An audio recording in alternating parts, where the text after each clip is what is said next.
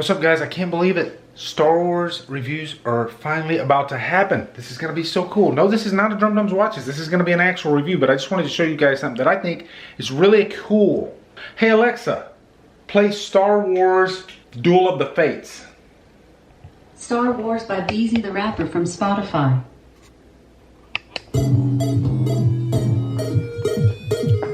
No, that's not the right one. Hey Alexa, play Star Wars soundtrack Duel of the Fates. Duel of the Fates by the Star Wars Singers and Orchestra from Spotify.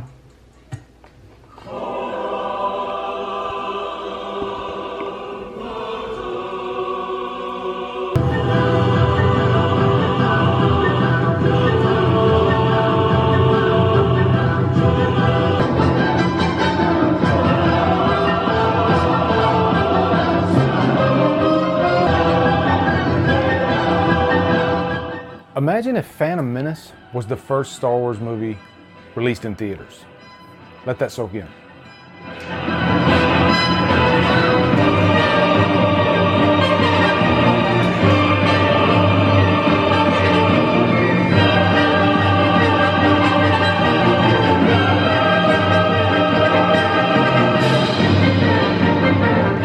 Star Wars The Phantom Menace stars Liam Neeson, Ewan McGregor, Natalie Portman, Samuel L. Jackson, and is directed by George Lucas. What's up, guys? Wow, this is the first time I've actually stated the words directed by George Lucas in a review.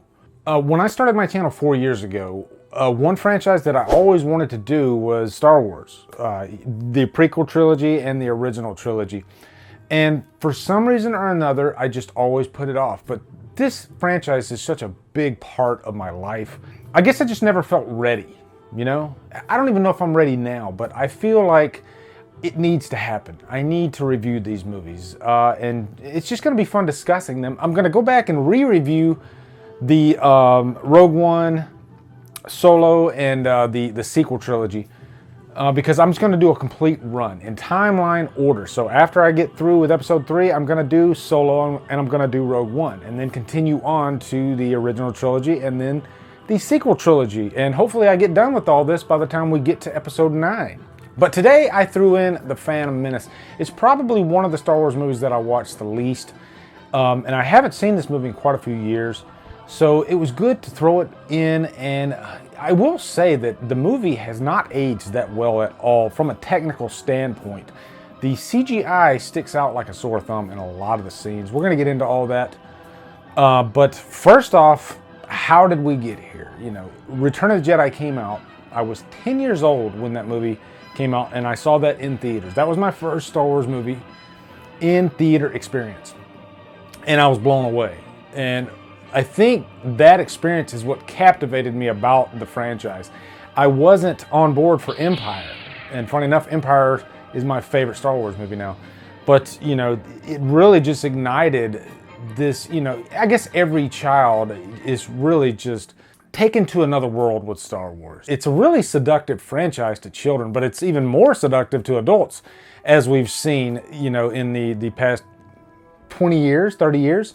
But 16 years after Return of the Jedi came out, I don't even think people knew that the prequel trilogy was going to come out. I think just up in one day, George Lucas decided to do it. I believe it was around 94 when the train was set into motion for episode 1.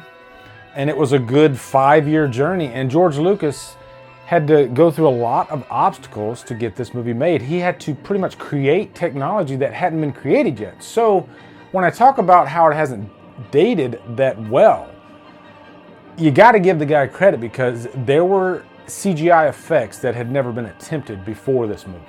And, you know, I can understand why George Lucas wanted to do this. This was a more thriving time in the Star Wars world, you know, with the Republic.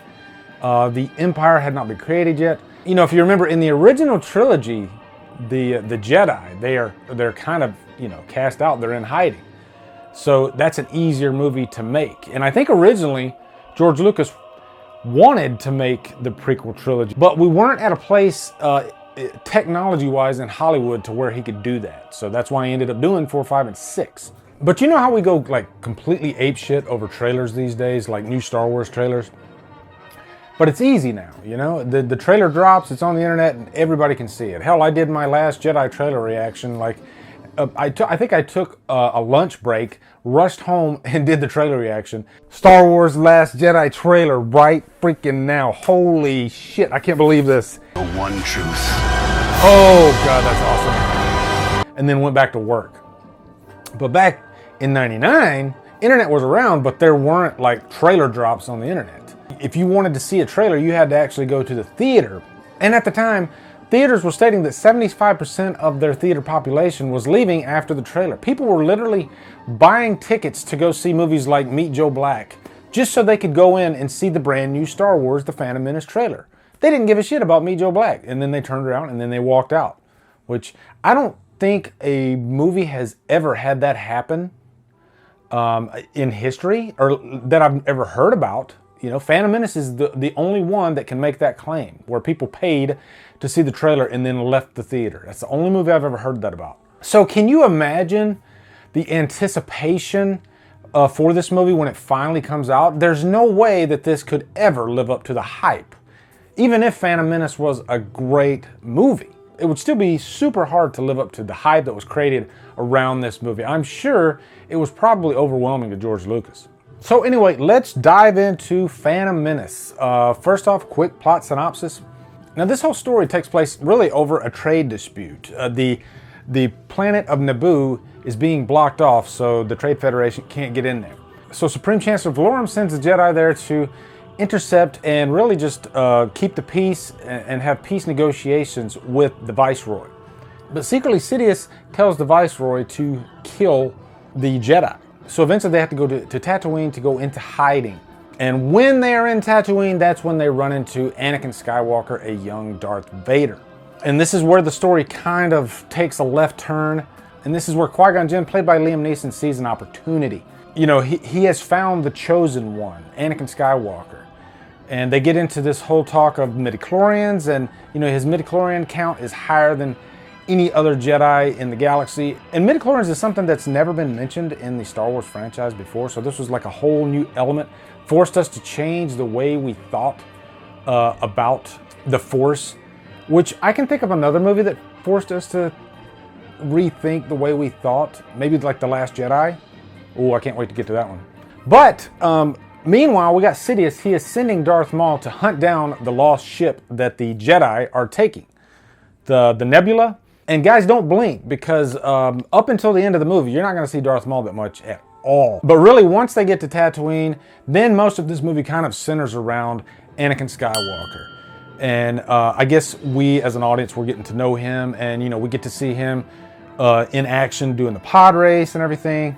And what's interesting is that the Jedi, Yoda, Mace Windu, and the clan, they do not want Qui-Gon Jinn to train Anakin Skywalker. They feel like he's too old, but they sense that there could be some danger. You know, he is clouded with anger, which I guess brings me to my first big problem with the Phantom Menace, among many problems.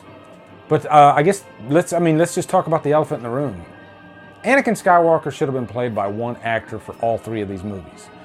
I mean, if you look at like Harry Potter, you know, Daniel Radcliffe played that character from start to end. I think that gives the audience a better chance of grasping onto the character, of getting to know the character. But instead, they gave us Jake Lloyd. And Jake Lloyd was just a child. He had done Jingle All the Way before this. But, I mean, if I'm being completely honest, he was terribly miscast. There are quite a few examples of very talented young actors, you know, through the years. And I think, you know, George should have went with an actor that had a little bit more of a darker side to him. Jake Lloyd, pretty much every scene that he's in, he acts like he's in a commercial. It's tense! R2, get us off this autopilot. It's gonna get us both killed. He's just a little bit too happy for this. And this is supposed to be the beginnings of Anakin Skywalker. And there are moments throughout this where we do get to see a little bit of his, you know, his dark side. His past pretty much gives us that, but he doesn't act out the part, I don't think. And there are moments in this movie where I think George should have went for a different take. Like, you know, he just comes across as too cheerful at times. And this is the anchor of the movie, people. Anakin Skywalker is the most important character in this movie. This is who will eventually become Darth Vader. And I think there should have been this moment in the movie where, you know, by accident, he uses the Force in a grand way, you know, just a really epic moment on screen. And I don't think we really got that. To use an example, take for instance like Neo in The Matrix, you know, the moment where Morpheus realizes that he's the one, you know, when he's on the skyscraper and he handles that helicopter like that. There should have been a moment like that, which is funny enough, that movie came out the same year. There should have been a moment like that in this movie, I think, you know, where young Anakin Skywalker realizes powers that he never knew that he had. I think if they would have had moments like that in this movie, instead of having Jar Jar Binks, you know, silly kitty type stuff throughout the Phantom Menace, then I think it could have been much better. And I hate that I'm already starting out with the cons. There are a couple things I do like about this movie, but I guess we'll stay on the cons and then we'll roll over into the pros so I can end on a high note. My next big problem with the Phantom Menace is I guess really the opening of this movie, that like first half hour of the movie. If you remember in like A New Hope, there were some really magical things happening in that first half of the movie. You got to know Luke Skywalker. You had that beautiful theme where Luke Skywalker's looking into the sunset. You know, there was just this feeling of hope in the movie. In this movie, it's really political. You know, you have these trade negotiations. And then you got Natalie Portman, who's playing Padme and Amidala, and she's like switching back and forth between characters. There's just a lot of things going on with these characters in the first half of this movie where there's no sense of magic. There's no sense of, I guess, Star Wars. And it's frustrating as hell. Next up, I guess the big thing is Jar Jar Binks. I'm going to cut Jar Jar Binks a little bit of slack. Not too much slack, though. I think the character has really been raked across the coals over, you know, the last almost 20 years. There are quite a few scenes where he does just pretty much ruin everything. But I think there's a couple of key scenes that if they were taken out, I don't think Jar Jar would have been as bad. Especially the scene where we first meet Anakin and he's talking to Padme about, you know, are you an angel? Are you an angel? What? An angel. I heard the deep space pilots talk about that. They're the most beautiful creatures in the universe. They live on the moons of Viego, I think. This could have been a nice, heartfelt moment, you know, getting to know both of these characters, first meeting each other at the same time. But in the background, you got Jar Jar acting like a buffoon and a complete idiot, tripping all over the place while they're trying to have this conversation. I mean, there are moments in this movie where Jar Jar doesn't really get on my nerves.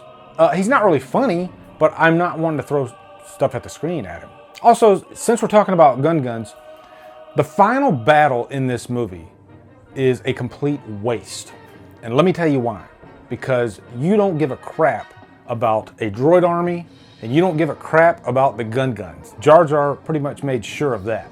And so watching two armies fight each other that you don't care about is a waste of time. You know, you look at movies like Lord of the Rings where, you know, they build up these battles. You know, they built up like the Uruk-hai and the Orcs to be these really interesting, creepy characters. And then you got, you know, the Fellowship and the Rohan army, and they're all fighting against these really scary creatures. And all that works so well. But there was none of that in the Phantom Menace. You know, why build up to this big epic battle at the end that is pretty pointless? Now that I've gotten all the bad out of the way with Phantom Menace, let's talk about some of the good, okay? First off, we are introduced to Qui-Gon Jinn and Obi-Wan Kenobi, and they couldn't have been better cast. You know, I think Liam Neeson was perfect as Qui-Gon, and Ewan McGregor, we all know he is Obi-Wan Kenobi. We want another Obi-Wan Kenobi movie. And they pretty much handled their characters with complete grace throughout this whole thing. You know, you could tell that they knew that they were up against some pretty crazy stuff, but they really handled the story the best they could. I also do like Ian McDorman as Palpatine in this. You know, he, from the get-go, he is like the puppet master. He is pretty much orchestrating every event in this movie to his advantage. You know, and he's making characters, namely Amidala, he is really completely orchestrating her every move, and she has no clue. I do like that about this movie. And then, of course, we got to talk about the one thing that saves this movie is the final battle between Darth Maul and Qui-Gon Jinn and Obi-Wan Kenobi.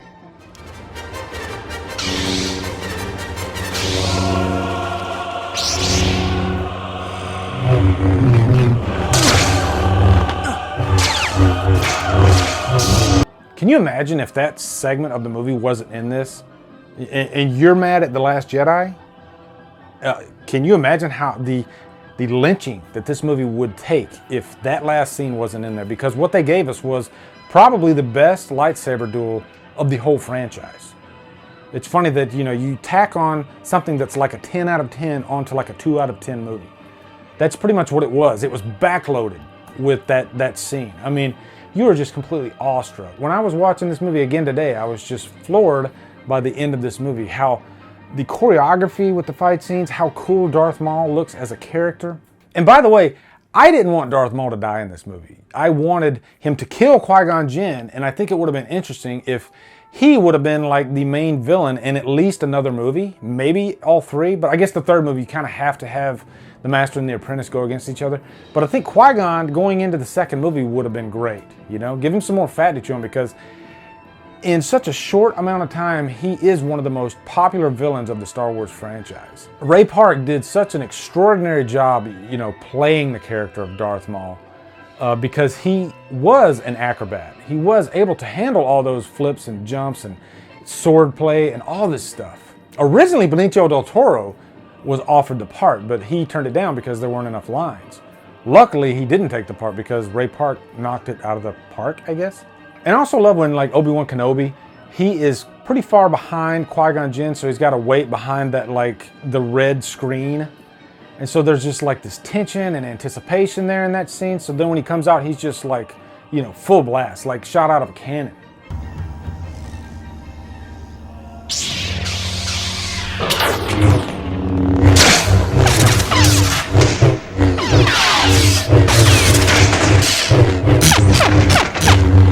I would have loved if Darth Maul won, and then in the second movie, Obi-Wan Kenobi had to do this like epic fight against Darth Maul. But we all know Darth Maul does come back in Solo at the end.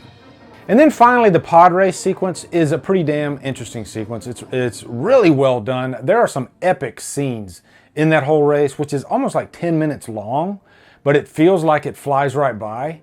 And you got to give George Lucas credit for that. The sequence is directed very well, and he really got to show off, you know, the CGI and special effects in that sequence. A lot was riding on that sequence, because if you take that sequence out of this movie, then you just got a complete turd of a movie. So in the end, guys, Phantom Menace is a pretty lackluster film, actually. It's a low humdrum, and I'm glad we're getting one of the worst, if not the worst, out of the way, so we can start talking about some of the better Star Wars movies.